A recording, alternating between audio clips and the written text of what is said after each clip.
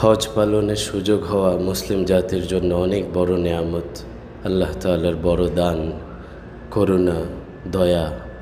পৃথিবীতে কত মুসলমান, সবার তো এই হজের তৌফিক হয়নি। অনেক জীবন ঝরে গেছে, আল্লাহর ঘর কাবা ঘরে আসার সুযোগ হয়নি। যাদের এই হজের তৌফিক হয়, বড় ভাগ্যবান এই মানুষগুলো। তাই কিছু কথা আমি শেয়ার করতে চাচ্ছি আমার নিজের জন্য এবং যারা হজে এসেছেন, হজ পালনের নিয়তে ঘর থেকে বের হয়েছেন, আল্লাহ সুযোগ দিয়েছেন, তাদের সকলের জন্য। আমার কথায় কোনো ভুল হলে আল্লাহ তাআলা যেন মাফ করেন।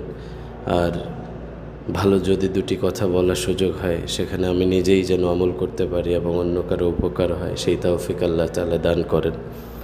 দেখুন, হজে যখন আপনি চলে আসলেনই, এই সময়টাকে এখন কাজে লাগানো অনেক গুরুত্বপূর্ণ। যে কয় দিন কয় রাত আপনি এখানে থাকবেন, এই সময়টাকে নষ্ট করার জন্যে শয়তানের সব ধরনের চাল, সব ধরনের চেষ্টা চলবেই আপনার উপরে। কারণ পৃথিবীতে বাছাই করা কয়টা মানুষের মধ্যে আপনি একজন, যিনি কাবার তাওয়াফ করবেন, সাই করবেন। আপনি আরাফার ময়দানে হজের দিন থাকবেন, মিনা, মুজদালিফা, জামারাত, নবীজি সাল্লাল্লাহু আলাইহি সাল্লামের রওজার জিয়ারত আপনি করবেন। পৃথিবীর শ্রেষ্ঠ মানুষগুলোর মধ্যে লিস্টেড আপনি এখন শ্রেষ্ঠ জায়গায় চলে এসেছেন। এই সময়টা নষ্ট করার জন্য সব ধরনের কুমন্ত্রণা শয়তান দিবে। আপনার সময়টা হয়তো মোবাইলে নষ্ট হওয়ার জন্যে একটা পায়তারা শয়তান করবে যেন আপনি মোবাইলে আটকে থাকেন। আপনার সময়টা গল্পগুজবে, সেই দেশে কি হচ্ছে, পলিটিক্যাল ইস্যুজ, কোথায় কি চলছে, এগুলোর মধ্যে শয়তান আপনাকে ডুবিয়ে রাখবে। আপনার সময়টা অহেতুক কথাবার্তার মধ্যে চলতে থাকবে। দেখবেন যে এটা কেন যেন আরও বেশি মজা লাগবে এখন, কারণ শয়তান খুব বেশি ফোকাসড আপনার উপরে, আপনাকে ভালো কাজ করতে দিতে চায় না সে। এক তো হচ্ছে হজে আসার আগে আপনার পিছনে মেহনত চলেছে, এই টাকাটা যেন আপনি হজের জন্যে ইনভেস্ট না করেন। আপনি এটা দিয়ে জমি করতে পারেন বা অন্য কোনো ব্যবসায় ইনভেস্ট করতে পারেন। কত ধরনের কুমন্ত্রণা শয়তান দিয়েছে, সেই অংশ আপনি পার করে চলে এসেছেন। এখন এই সময়টা নষ্ট করার জন্য সব ধরনের ষড়যন্ত্র শয়তান করবে।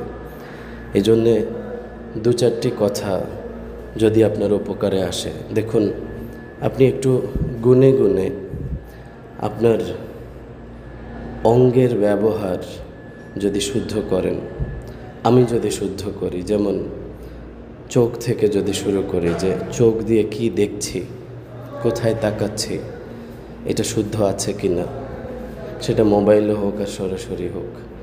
যদি চোখের পাহারাদার হই আমি নিজে, যে এই চোখ দিয়ে কোরআনের দিকে তাকাবো, বেশিক্ষণ, বেশির থেকে বেশি সময় কাবার দিকে তাকিয়ে থাকবো, কাবার কালো গিলাফ দেখে মন জোড়াবো, আল্লাহর কাছে চাইবো, আল্লাহর আসমান দেখব। রাত্রিবেলায় যদি বের হই তাহলে তারকারাজি দেখব, আল্লাহ তাআলার নিয়ামত কুদরত দেখব। সুন্দর যে বিষয়গুলো আমাদের জন্যে বৈধ, সেই বিষয়গুলো দেখে আল্লাহ তাআলার নিয়ামত গণনা করব আর ভাববো যে কত নিয়ামত যা গণনা করে শেষ করা যায় না। ওয়া ইন তাউদ্দু নিয়ামাতাল্লাহি লা তুহসুহা। যদি আল্লাহ তাআলার নিয়ামত গণনা করতে থাকো তাহলে শেষ করতে পারবে না। এইভাবে চোখ দিয়ে যেন আল্লাহ তাআলার নিয়ামতই দেখি শুধু। আর শয়তান যেই জায়গাগুলোতে আমাদের চোখ নিয়ে যেতে চায়, সেখান থেকে নিজেকে হেফাজত করি, সিদ্ধান্ত নেই, আল্লাহর কাছে মদত চাই, আল্লাহ তাআলার সাহায্য চাই। হাতের ব্যবহার, এই হাত দিয়ে এমন কোনো কাজ না করি যেটা অন্যের কষ্ট হয়, এই হাত দিয়ে এমন কোনো কাজ না করি যেটা অবৈধ হয়। এই হাত এখন আমরা ভালো কাজে ব্যবহার করি, বেশি বেশি গুনে গুনে, যে কয়জন মানুষকে আমি এই আমার হাত ব্যবহারের মাধ্যমে হেল্প করতে পারি। কারো একটা ব্যাগ ভারী একটু যদি এগিয়ে দেওয়ার সুযোগ হয়, কারো কোনোভাবে খেদমত করার যদি সুযোগ হয়, এই হাত দিয়ে আমরা খেদমত করি। পা শুধু মার্কেটের দিকে যেতে চাইবে, শুধু মনে হবে যে এত বড় নিয়ামত আল্লাহ তাআলার, কি বিশাল বিল্ডিং, ভেতরে কি আছে দেখে আসি। এই হচ্ছে এক ধোঁকা মনের মধ্যে আসবে যে আসছি যখন দেখেই যাই, এরপরে মার্কেটের ভেতরে ঢুকলে মনে হবে এই দোকান ওই দোকান, আরেকটু দেখি আরেকটু ঘুরি। কিন্তু আপনার হজের এত দামি সময় কিন্তু পৃথিবীর নিকৃষ্টতম জায়গা বাজারে শেষ হয়ে যাচ্ছে। একটু খেয়াল করে দেখুন, এই পা দিয়ে যেন শুধু মসজিদে যাওয়ার ইচ্ছে করে যে আমি আমার যেখানে থাকার ব্যবস্থা হয়েছে এখান থেকে বের হয়ে মসজিদে চলে যাব।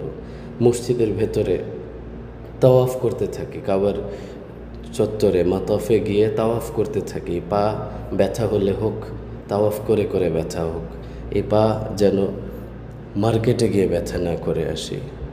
এদিকে একটু খেয়াল করি যে আমি পা কিসে ব্যবহার করছি, কোথায় যাচ্ছে।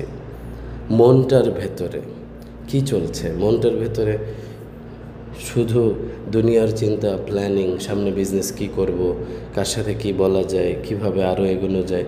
এই জায়গায় এসে যেন নিজের গুনাহের কথা চিন্তা করে ইস্তেগফার আসতে থাকে। আল্লাহ তাআলার কাছে ক্ষমা চাওয়ার যেই একটা ভেতরের আকুতি, সেটা যেন মনের মধ্যে একটা তরব তৈরি হয়, একটা বেচাইনি, একটা আকুতি, একটা কান্নার ভাব, এটা ভেতর থেকে যেন আসতে থাকে। মনের খেয়াল রাখি যে আমার মনটা কোন দিকে ছুটছে, দুনিয়ার দিকে না আখিরাতের দিকে। দেখুন, আল্লাহ নিয়ে আসছেন সর্বশ্রেষ্ঠ জায়গায়।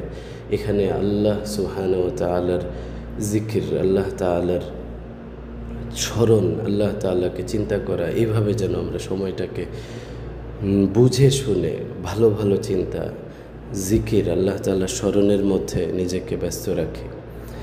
এবার সবচেয়ে বেশি যে বিষয়টার অপচয় হয় সেটা আমার মনে হয় যে জিহ্বার অপচয়। যেইটা বলার দরকার নেই সেটাও আমরা বলি, যেটা নিয়ে আলোচনার দরকার নেই সেটা নিয়ে আলোচনা করি।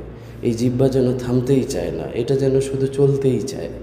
একটু কন্ট্রোল আনি। একটা মাস অথবা 40 দিনের জন্য অনেকে এসছেন, কেউ 20 দিনের, 25 দিন, কেউ 15 দিন, 10 দিন, যেই সময়ের জন্য হজের এই সময়টাতে একটা প্র্যাকটিস করি যে আমি শুধুমাত্র গুরুত্বপূর্ণ যেটা আমার দরকার ওইটুকুই বলবো, বাকি সময় আমি তিলাওয়াত করব, বাকি সময় আমি জিকির করব।